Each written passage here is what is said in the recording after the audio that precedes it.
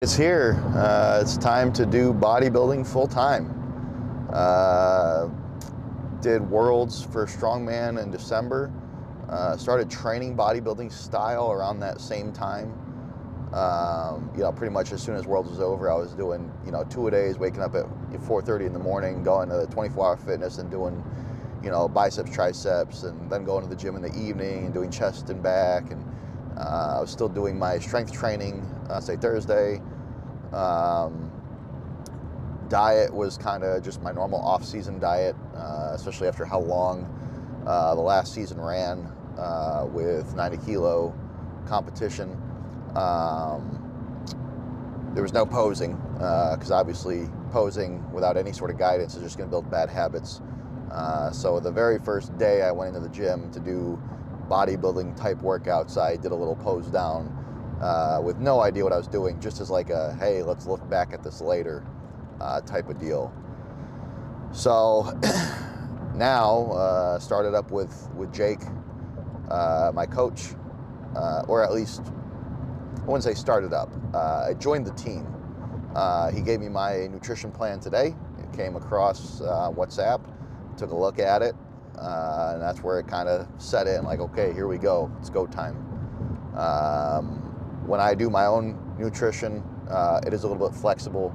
And by flexible, I'm not talking about like cheating or any of that stuff. I just mean I'm doing my own thing. So, my meals will be different week to week potentially, but the macros will be about the same. But it's not like a set, like I'm gonna eat this much of this type of meat. I'm gonna sequence my meals in this way. Just because of my work schedule, like I tend to eat at the same time each day, so the number of meals is consistent. The things that I'm eating is mostly consistent, but I'll swap things out here and there and not really think anything of it. My weight, body weight tracking will still be, trending in the right direction. If I'm cutting, then I'm still losing weight. If I'm bulking, then I'm still gaining weight, and still about the same rate of change. And it's incredibly flexible because I answer to myself. I can adjust things incredibly easily. There's no like approval process. There's no discussion that has to happen. It's all coming from within, from my own mind.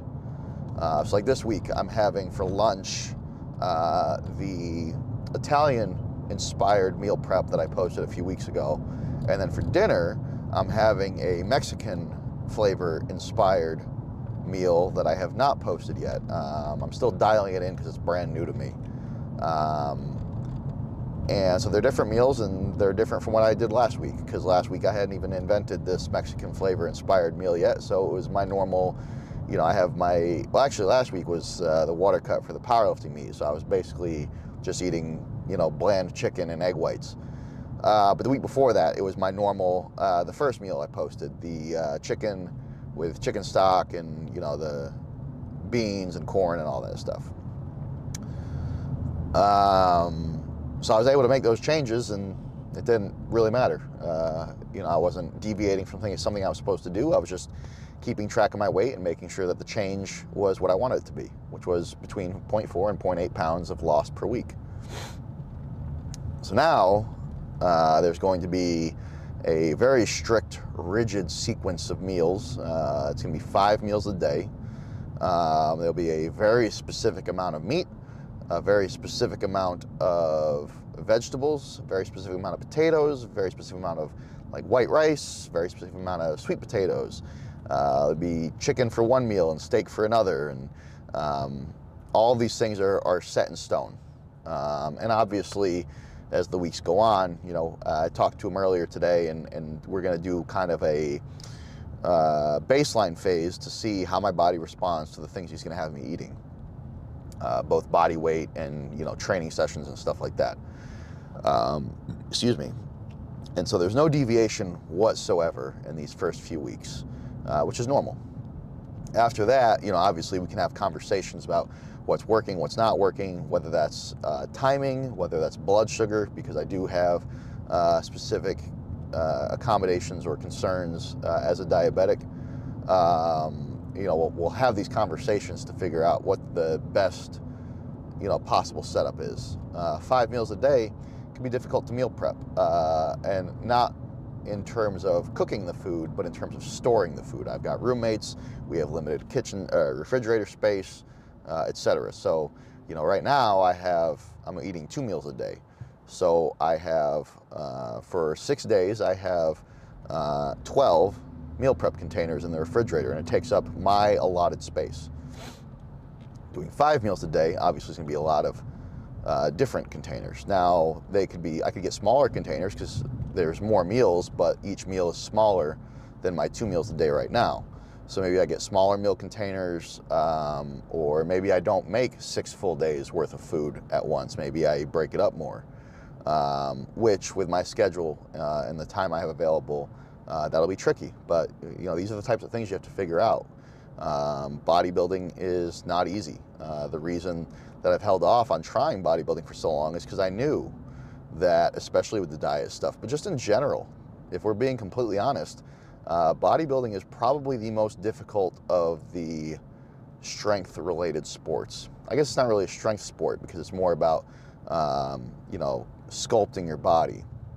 But the sports that involve just lifting weights, I would say bodybuilding is probably the most difficult, just from the 10 years now, almost 10 years, I guess 9 years, that I've been in the gym training. I've done CrossFit, I've done powerlifting, I've never done Olympic weightlifting, I've done strongman, I've never done bodybuilding before now, but I've known just so many people in all the different sports. I've known an entire Olympic weightlifting team and trained with them at night. I've known and had friends and family that have gotten into bodybuilding.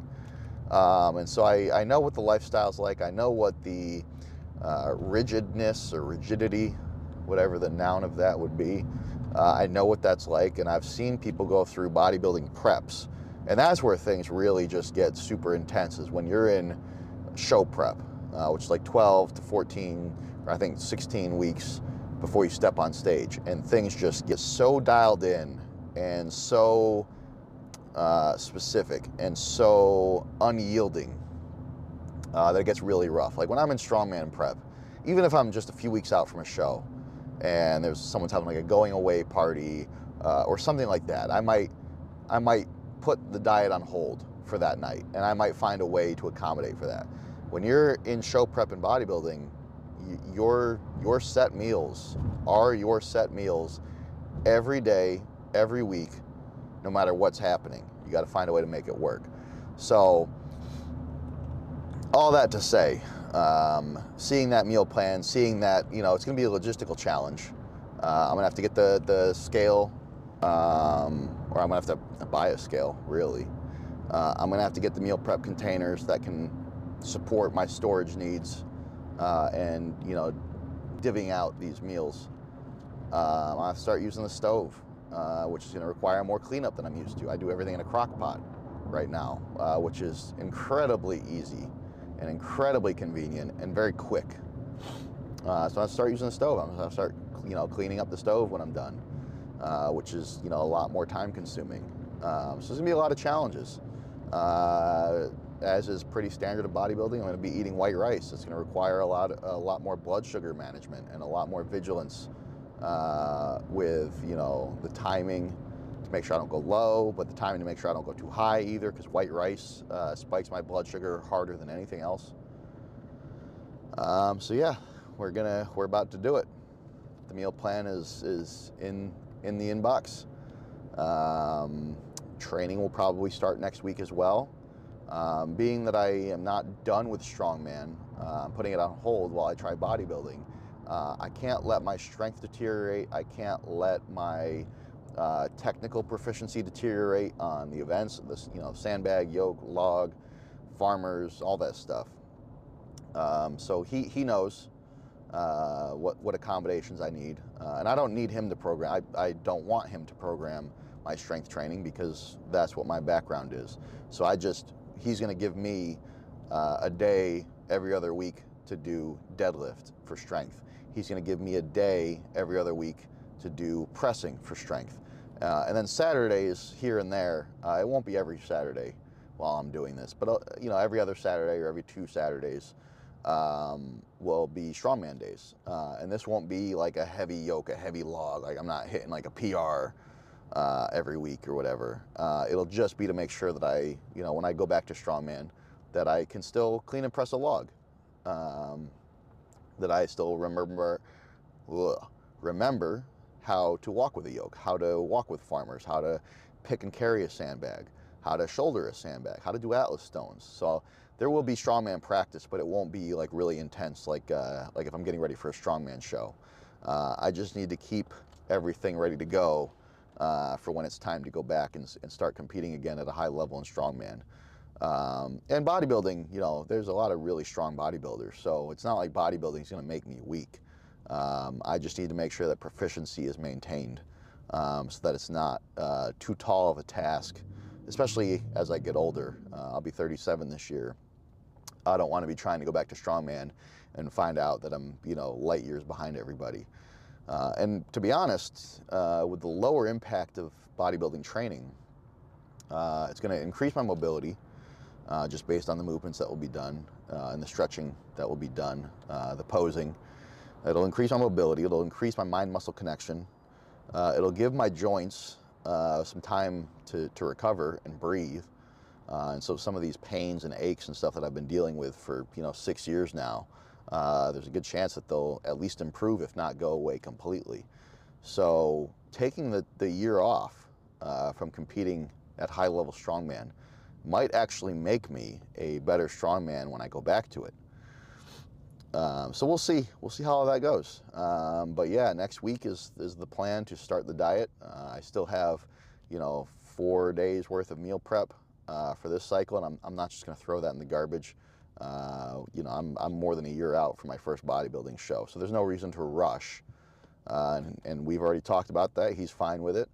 So I will finish the meal prep that I have now, and then the plan is to start Monday morning with the new meal prep, the new meal plan rather, and probably also start next week with the new training plan if it's ready by then. And if it's not, I'll keep doing what I've been doing, and that's not a problem either. Again, there's no rush. We're still a ways out, but once that's ready, we'll start working that into the schedule, and yeah, we'll start learning all the lessons. The big thing, and what I'm going to try and get on here pretty soon after we start, is going to be the posing. Out of all the things involved with bodybuilding competition, I think posing is going to be the most difficult thing for me. I've mentioned this in a previous video. The training's not going to be a huge departure. The dieting really is not going to be a huge departure from what I've already done, because I do compete so lean. I've done bodybuilding-esque dieting before, and it'll be a little different, but nothing like light years away, leaps and bounds from what I've already done. But the posing, I've never done anything like that. So that'll be a challenge, and I expect to learn a lot from it. I expect it to be incredibly humbling and uncomfortable for a while, but I mean, that's part of the purpose of this YouTube channel, is you're going to see the things that I'm learning. You're going to see the struggle. You're going to see how bad I am at it. And when I do step on stage for bodybuilding, it'll be fun to do a little retrospective where we compare my humble beginnings in the sport to where I eventually step on stage. So that's where things are at. I'll do another one of these next week when we start the meal plan. Maybe show you what I'm eating, and maybe show you a little bit of how I'm preparing it. Weighing everything out, you'll see the differences between what I've been doing with the meal prep videos that I've made, and we'll see what the differences are with the eating and with the training. I think that's about it for now. If you want to keep following along with this journey, with this transition, which maybe transition's a contentious word in 2025, but if you want to see all the things that I'm doing, going from pro strongman to being a brand new green novice at bodybuilding, like, subscribe, share, what is the other one, comment, all those things. Do those things. Keep the channel growing, keep the channel progressing and successful. So I'll be building my body and building my channel at the same time. And yeah, we're gonna learn all about this together. If you're already a seasoned bodybuilder, I don't know if you'll get anything out of this, but maybe it'll be cool to see what that looks like coming from the background with the high-level strongman competition. I don't know. But that's it for now. You have a great day.